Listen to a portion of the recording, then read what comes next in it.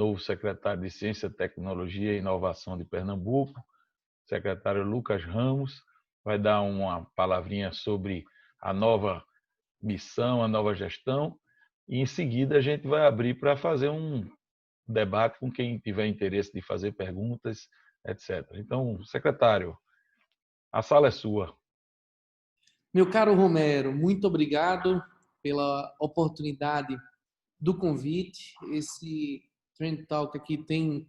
esse objetivo de conectar, e a nossa participação ela acontece num momento mágico para mim, que é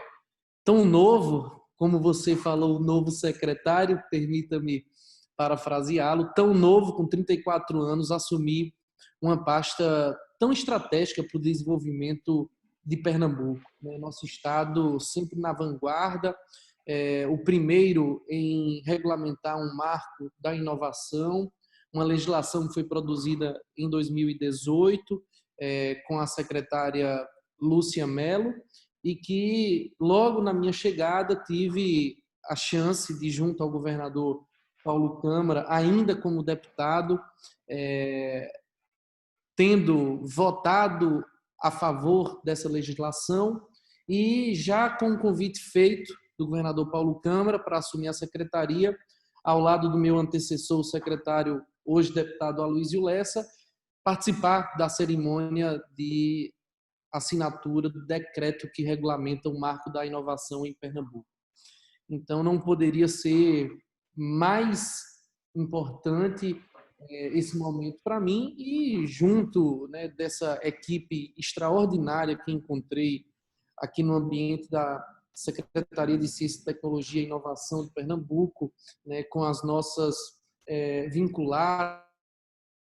da administração direta e indireta, das organizações sociais, né? O maior exemplo disso aí é o magnífico reitor Pedro Falcão, já reitor cumprindo seu segundo mandato à frente dessa honorável instituição que é a Universidade de Pernambuco. Encontrar nomes como o professor Fernando Buarque, nosso conselheiro lá na FACEP, né? O professor Carmelo, que tive a oportunidade de conhecer pessoalmente, alguém que eu já admirava tanto, lendo o noticiário na imprensa, do trabalho que desenvolvia à frente do Parquetel, o professor Alexandre Maciel, no Instituto de Inovação Tecnológica, com a presença no ambiente de negócios do Parquetel, e a gente poder, né, transformar essa nossa energia, até da pouca idade mesmo, Romero, e essa ansiedade de transformar, né, de entregar, de promover as mudanças necessárias na vida da população, no momento mais desafiador que, junto com a inclusão digital, a gente encontrava também a exclusão social. Imagine que nesse momento em que se demanda tanto da internet, do tráfego de dados, da segurança de dados, ao mesmo tempo a gente está colocando um abismo imenso entre as pessoas que têm a oportunidade de, através de uma ferramenta habilitadora, de um instrumento de conexão, o celular, o computador, a gente poder garantir a ele essa participação nesse novo momento, e, ao mesmo tempo, tirando a oportunidade de outras tantas pessoas que, por não terem essa ferramenta de conexão, elas estavam ali por força de uma pandemia, de uma crise sanitária, estavam excluídas da sociedade. Então, é nesse ambiente que eu assumo o convite do governador, convite para ser mais educado, porque quando vem do governador é uma convocação daquelas que a gente não pode dizer não. Então, entro de peito com essa missão da gente poder fazer a transformação digital, Romero, não a transformação para dentro do governo, para dentro de processo, e sim uma transformação que seja voltada para as pessoas, né, na mudança do comportamento e no direcionamento da produção científica e da atuação da academia. Exatamente por isso, eu compreendi imediatamente que a gente precisava modernizar a nossa apresentação enquanto Secretaria de Ciência, Tecnologia e Inovação, para a gente, de forma mais atualizada, conversar melhor com o mercado, com as empresas, com a academia, com as universidades, as instituições de ensino, e foi proposto numa construção conjunta com todos os colaboradores da SECTI uma reformulação e redefinição das responsabilidades, das atribuições de cada uma das nossas diretorias. A primeira delas, não por ordem de importância, evidentemente, apenas dessas que vêm à mente, a primeira delas, a queridíssima Luciana Távora, pesquisadora da Fundage, né, brilhantemente, que contribui com a Secretaria de Ciência e Tecnologia desde o ano de 2015, ainda com Lúcia Mello, e até então responsável por políticas de ciência, tecnologia e inovação, e a gente incorpora na diretoria que ela representa o termo competitividade, né? Esse é o primeiro posicionamento dessa gestão que a gente está liderando à frente da secretaria. É a gente incorporar a política de territórios em nosso core, tá? A vocação de cada região, o arranjo produtivo local, né? A força de cada uma dessas cadeias e a gente poder ativá-las, né? Instituindo dentro da nossa secretaria uma diretoria que expressamente se reporta para tornar Pernambuco mais competitivo, tá? Ao mesmo tempo, fizemos também ajuste na nomenclatura, tá, da diretoria, que o professor Pavão, que era até então o responsável, diretor pelo Espaço Ciência, aquele ambiente incrível, né, um parque no meio da cidade, na divisa entre Recife e Olinda, ali embaixo do viaduto, onde todo mundo conhece historicamente o acidente, né, que vitimou Chico Science, e a gente ter ali no meio, né, da nossa zona urbana uma área verde extremamente conectada com a ciência, um lugar de convivência em que alunos, estudantes, professores, mentores, pesquisadores e famílias se encontram, né? Percebendo a grandiosidade do trabalho que era desenvolvido pelo professor Pavão e que superava essa limitação geográfica do espaço ciência, entendemos por bem a necessidade de a gente convocar o professor Pavão, que é professor da Universidade Federal de Pernambuco, a assumir a diretoria de difusão científica, né? Colocando dentro dessa proposta nova uma atuação voltada para todo o estado de Pernambuco, não só o Espaço Ciência e o Observatório em Olinda. Ainda nessa mudança de comportamento, considerando ainda o papel de coordenação que teve a SECTI no marco, né, da inovação, nós atribuímos ao professor Alexandre Stanford, que também é professor da Universidade Federal de Pernambuco, a atribuição de estratégias para inovação e o ambiente legal, né? Então, será o responsável por conversar, apresentar e difundir o novo marco da inovação em Pernambuco, considerando ainda essas estratégias para inovação, né? Ainda a criação de uma diretoria de transformação digital, que fizemos o convite a Cláudio Nascimento, até então diretor de inovação da Prefeitura de Olinda, super conhecido nesse ecossistema de inovação, um cara super bem articulado, que conversa inclusive com atores não só de Pernambuco, mas do Brasil e do mundo. Posso dizer que já tive a oportunidade de conversar através da articulação feita por ele, com representantes da União Europeia, de governos de países estrangeiros, para a gente apresentar, né, essa estratégia que Pernambuco desenvolveu, voltada para o sistema de inovação do nosso estado. Né? Por fim, e deixei por último de forma proposital, porque encontramos, né, no trabalho desenvolvido pelo professor Carmelo, à frente do Parque TEL, uma contribuição gigante,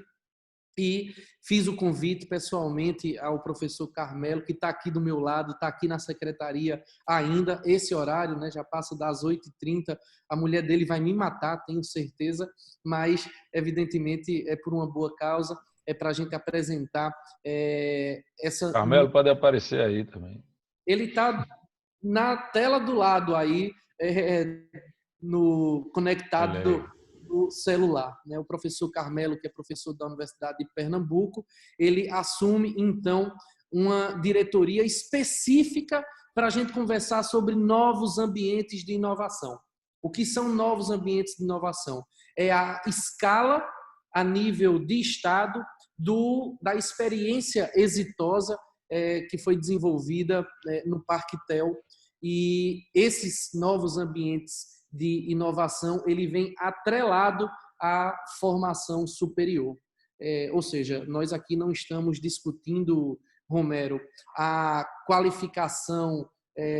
profissional nem a capacitação técnica, mas sim a formação de empregos do futuro. Né? Empregos esses Excelente. que não existem ainda e que nós temos o desafio de enxergando, né, uma estratégia de atração de empresas, de desenvolvimento econômico,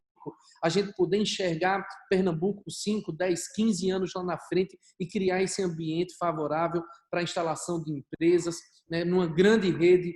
de inovação, permitindo acesso à tecnologia e ao conhecimento. E aí vem exatamente um dos maiores desafios que encontro aqui, essa participação que tem a academia, e a Universidade de Pernambuco terá um papel de protagonista na construção dessas soluções que existem e estão na prateleira, ou soluções que nem existem ainda e que a gente vai ter a oportunidade de descobrir a partir de incentivo à pesquisa e produção científica. Hoje mesmo estive reunido com Chico Saboia, do SEBRAE, também com o presidente Roberto Abreu e Lima, da ADDPE, e juntamente com o professor Fernando Jucá, outro colaborador incrível desse nosso sistema de dentro da Secretaria de Ciência, Tecnologia e Inovação, que é a FACEP. Professor Fernando Jucá, da Universidade Federal de Pernambuco, preside de forma incrível a Fundação de Amparo à Ciência, a segunda mais antiga em fundação do Brasil, perdendo tão somente para a FACESP, né, a Fundação de Amparo à Pesquisa de São Paulo, um estado, né, que está ano-luz à frente de qualquer outra unidade federativa do Brasil, até na política de incentivo, 1%, né, da receita gerada de ICMS, ela é destinada para pesquisa, para produção científica, enquanto Pernambuco é de 0,5%. Mas 0,5% dentro de uma economia que é, né, muito menor do que a economia de São Paulo, que hoje já está muito bem estruturada, especialmente quando se trata de indústria. Então, hoje, nós discutimos, né, a parceria entre a SECTI e a ISDEC, através da ADDPE, e também o SEBRAE, no lançamento de edital de apoio à pesquisa voltada para os nossos arranjos produtivos locais, um fomento feito de forma cooperada para a gente estimular, como disse, essa política de territórios, de forma que a nossa secretaria vai aportar R$1.200.000 através da FACEP para a produção científica e poder conectar esses outros atores para que, depois da produção científica, haja, então, o apoiamento do poder público, né, seja através do SEBRAE ou da própria ADDPE, para a gente estruturar essa cadeia e instrumentalizar as empresas na hora em que precisarem investir em tecnologia, em inovação. Então, são programas que encontramos aqui em extrema consonância, discutimos isso no âmbito do Conselho da FACEP, e políticas públicas que estão integradas de forma sustentada, um programa garantindo o resultado exitoso do outro. Eu acho que é dessa maneira que a gente vai se apresentar de forma mais moderna ao mercado, e quando eu falar mercado, entendam empresas. São as empresas que vão demandar da gente, daqui da Secretaria de Ciência, Tecnologia e Inovação, esse esforço para a gente direcionar a pesquisa, para a gente direcionar a produção científica, para a gente direcionar os esforços no apoiamento às startups, por exemplo, e para elas nós temos programas como o bônus tecnológico, que tão logo a gente define a participação desses outros atores, nós vamos apresentar à imprensa, da mesma forma que o SEBRAE e a ADDPE vão construir esses ambientes junto conosco. Tá? Nós estamos falando em cooperação, nós estamos falando em parceria, e é o professor Carmelo quem vai, como diretor, liderar esse processo aqui dentro da Secretaria e permitindo uma agenda positiva de atração de investimentos, ampliação da rede PEP, por exemplo, para que a gente possa fazer a pesquisa